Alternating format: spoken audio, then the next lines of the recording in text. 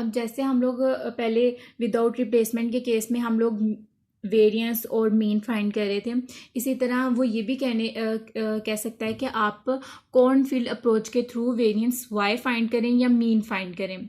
तो सबसे पहले हमें पता होना चाहिए कि कॉर्नफील्ड अप्रोच होती क्या है। अब यहाँ पर ये कुछ थ्योरी लिखी हुई है। Cornfield suggests that yi be the set of fixed numbers, let ai be a random variate that takes the value 1 if ith unit is selected for the sample and 0 otherwise।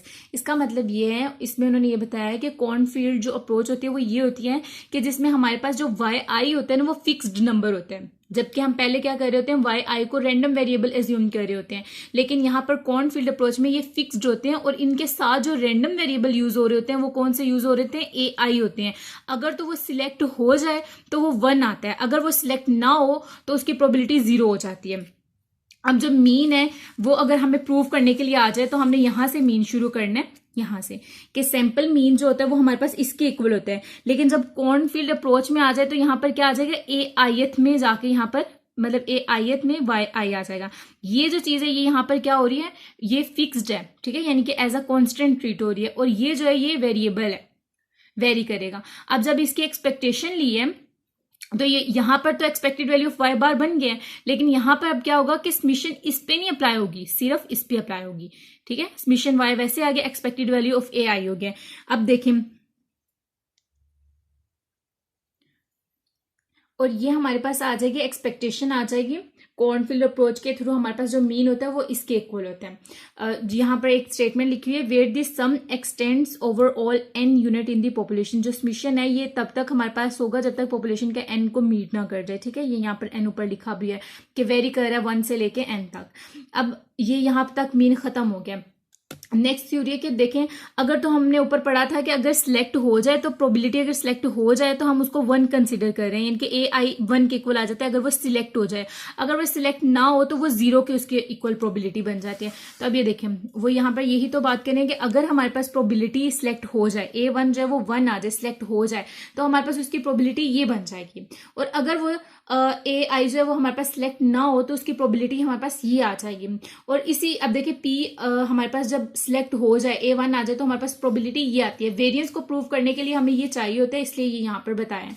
अब यहाँ पर एक statement भी लिखी हुई है, thus AI is distributed as a binomial variate in a single trial with p is equal n over capital N। अब उन्होंने कहा कि यहाँ पर बाइनोमियल वेरिएट है। बाइनोमियल कैसे कि अगर प्रोबेबिलिटी सिलेक्ट हो जाए तो 1 है, अगर नहीं सिलेक्ट हो, अगर वेरिएबल सिलेक्ट हो जाए तो 1 है, अगर वेरिएबल सिलेक्ट ना हो जाए तो 0 उसकी प्रोबेबिलिटी है। तो वही उन्होंने कहा कि ये बाइनोमियल वेरिएट है और यहाँ पर प्रोबेबिलिटी हमारी इसके इक्वल है सिंगल ट्रायल की, ठीक है। अब यहाँ पर वेरिएंस प्रूव करते हैं। वेरिएंस को प्रूव करने से पहले इसकी एक्सपेक्टेशन वाला पार्ट पूरा कर लिया जाए कि यहाँ पर ए आई है तो इसकी प्रोबेबिलिटी यहाँ पर क्या हो जाएगी, एन ओवर कैपिटल एन। तो यहाँ पर ये चीज पुट करेंगे, ये देखें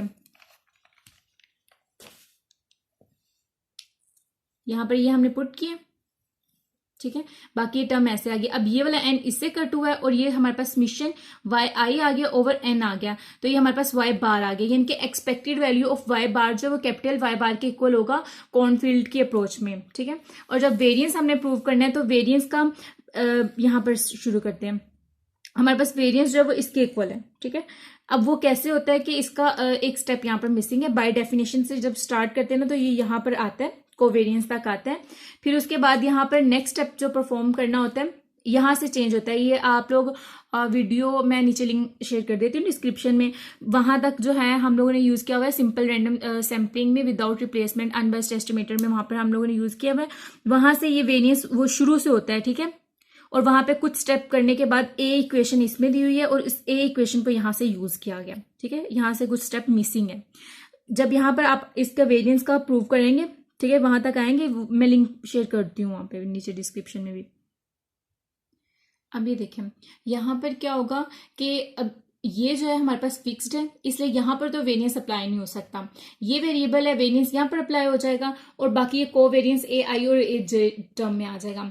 अब चूंकि ये हमारे पास जो है एक दूसरे पे इंडिपेंड कर रहे हैं तो हमारे पास कोवेरिएंस का फॉर्मूला जो होगा वो इसके इक्वल होगा, ठीक है। अगर ये एक दूसरे पर इंडिपेंडेंट होते तो यहाँ पर कोवेरियंस जो होना था वो जीरो आ जाना था, लेकिन ये डिपेंड करें इसलिए इसका फॉर्मूला कोवेरियंस का यूज होगा। अब देखिए जब हमारे पास ए आई और ए जे की यहाँ पर एक्सपेक्टेशन है तो इसकी प्रोबेबिलिटी जो होगी वो हमारे पास ये नीचे मैं दिखाती हूँ इसके इक्वल होगी, और ये ए आई की जो अभी हमने पढ़ी है कि वो किसके इक्वल होगी, एन, और एन ये देखें कि वो ए की प्रोबेबिलिटी किसके इक्वल होगी, इसके इक्वल होगी। ठीक है, तो यानी कि इसकी भी प्रोबेबिलिटी इसके इक्वल हुई और इसकी भी प्रोबेबिलिटी इसके इक्वल होगी, तो ये तो हो गया ना स्केयर में आ गया। ठीक है, क्योंकि दोनों वैल्यू सेम हो जाएंगी, और इसकी जो प्रोबेबिलिटी है अब ये देखें वो हो जाएगी इसके इक्वल हो जाएगी, इसके इक्वल।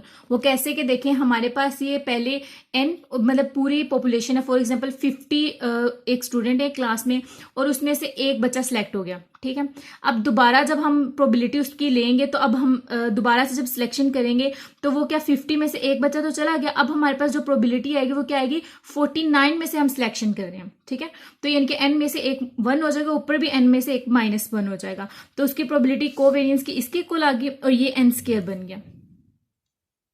ये इसको n को अंदर मल्टीप्लाई करेंगे n स्क्वायर आ जाएगा, यहाँ पर -n आ जाएगा और यहाँ पर ये कैपिटल N स्क्वायर आ जाएगा और -n आ जाएगा। नेक्स्ट पेज पे सोल्व है, ये देखें यहाँ पर n जब इसके साथ मल्टीप्लाई कराया तो ये आ गया। अब नेक्स्ट स्टेप में हमने कॉमन अगर डिनोमिनेटर करना है तो हम क्या करेंगे, दोनों टर्म ऐसे लिख देंगे, इस n स्क्वायर को इस पूरी टर्म के साथ मल्टीप्लाई कर देंगे इस तरह, और इस टर्म को इसके साथ मल्टीप्लाई कर देंगे। जब इसको मजीद सिंप्लीफाई किया वो कैसे, इसको जब अंदर मल्टीप्लाई कराया तो हमारे पास ये टर्म आ गई, फिर उसके बाद इधर यहाँ पर ये आ गया, माइनस जब इसके साथ अप्लाई हुआ तो ये आ गया, माइनस माइनस प्लस यहाँ पर ये आ गया इसको मल्टीप्लाई करवाने के बाद। उसके बाद जब ये और पॉजिटिव और ये नेगेटिव टर्म थी ये दोनों कट होगी, पीछे हमारे पास ये आ गए। ठीक है, यहां से हमने क्या किया, एन और कैपिटल एन जो है ये हमने कॉमन ले लिया और नीचे से एन स्क्वायर ही था वो ऐसे ही रहने दिया। अब यहां से एक एन और ये वाले एक एन की तो कटिंग होगी, रिमेनिंग हमारे पास क्या रहा, यहां से भी एक एन अगर कॉमन ले लिया जाए, ठीक है, तो वो बाहर आ जाएगा एन। ठीक है, यहाँ पर ये देखें एन कॉमन ले लिया, यहाँ पर एक एन खत्म हो गया, यहाँ पर आ गया 1, ये देखिए नेक्स्ट स्टेप में परफॉर्म किया, ये एन खत्म हो गया, यहाँ -1 आ गया, वो एन की इस एन के साथ कटिंग होगी, ये एन स्क्वायर वैसे ही आ गया और ये वाली टर्म ऐसे आ गया। अब नेक्स्ट स्टेप में क्या किया गया कि यहाँ पर ये वाली जो टर्म है यहाँ से n over minus capital N जो वो बाहर ले लिया और बाकी टर्म ऐसे रहने दी। इस एन को पॉजिटिव करने के लिए यहाँ पर हम क्या करेंगे, माइनस टर्म में माइनस कॉमन ले लेंगे, माइनस कॉमन लिया तो हमारे पास क्या आ जाएगी, ये जो है टर्म है ये पॉजिटिव हो जाएगी और ये नेगेटिव हो जाएगी। उसके बाद नेक्स्ट स्टेप में हमने क्या किया, सिंप्लीफाई करने के लिए यहाँ पर हमने माइनस n ऐसे रहने दिया और यहाँ पर जब इस n को यहाँ पर डिवाइड किया तो ये 1 आ गया, इस n को इसके साथ जब डिवाइड किया तो वो वैसे ही आ गया। ये हमारे पास कोवेरियंस चल रहा था। ठीक है, कोवेरियंस को ओपन किया तो हमारे पास ये आ गया। अब इसको दोबारा क्वेश्चन में जाए तो हमारे पास ये टर्म बन रही थी कि पहली तो हमारे पास ये आ रही थी, ठीक है, और बाकी हमारे पास ये आ रही थी। इसकी जगह हम लोगों ने ये जहां पर वो ए था, एक्सपेक्टेड वैल्यू ए थी, वहां पर ये वाली वैल्यू हम लोगों ने पुट कर दिया। बाकी ये सारी टर्म जहां पर ये वाली वैल्यू थी वहां पर हमने रिप्लेस किया। ये देखिए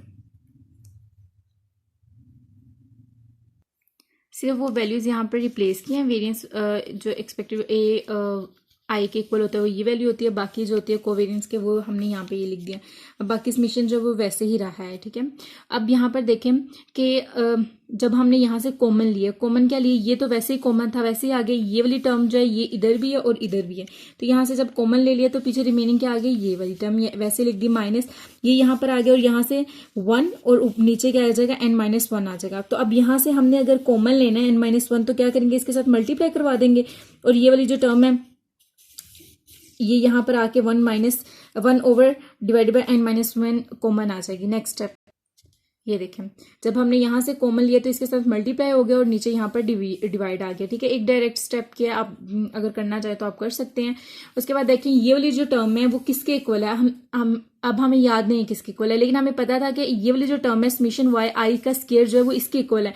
तो यहाँ से अगर हम ये वाली वैल्यू निकालना चाहे तो वो कैसे निकालेंगे, ये वाली वैल्यू यहाँ जाके माइनस हो जाएगी। ठीक है, इस तरह तो हमारे पास ये वैल्यू इसके इक्वल आ जाएगी। तो हम क्या करेंगे, सिंपली इसकी जगह पे ये वाली वैल्यू रिप्लेस कर देंगे।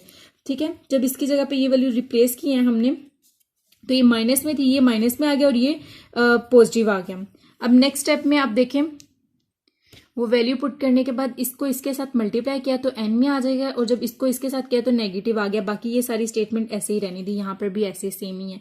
यहाँ से इसकी और इसकी कटिंग हो जाएगी, बाकी हमारे पास ये वाली टर्म आ जाएगी। अगर हम n कॉमन लेना चाहें यहाँ से तो हम क्या करेंगे, n मल्टीप्लाई भी करवा देंगे और डिवाइड भी करवा देंगे। यहाँ जो मल्टीप्लाई होगा वो यहाँ पर बाहर आ जाएगा, बाकी ये वाली जो चीज है वो यहाँ पर ही रहेगी। अब ये किसके इक्वल होती है, ये होती है y बार के इक्वल होती है, वो यहाँ पर y बार हमने रिप्लेस कर दिया। बाकी ये जो टर्म है ये हमने वैसे ही रहने दिया। इसमें जो स्केयर है वो हमने कॉमन ले लिया इसका, ठीक है, क्योंकि वो इसका भी था, इसका भी अलग से था। तो और उसके बाद नेक्स्ट स्टेप में क्या किया गया, ये एक n जो है ये वाला, ठीक है, ये इसके साथ कट हुआ है तो इसलिए यहाँ पर सिर्फ एक n आ गया। अब ये वाली टर्म यहाँ पर ऐसे आपने सिंप्लीफाई करके लिख दी। उसके बाद ये वाली जो है ये एस स्क्वायर की इक्वल होती है, ये वाली, ठीक है। तो एस स्क्वायर के, और यही हम प्रूव कर रहे थे कि कॉर्नफील्ड अप्रोच से भी हमारे पास जो वेरिएंस y बार जो होता है वो इसके इक्वल ही होता है। Thank you.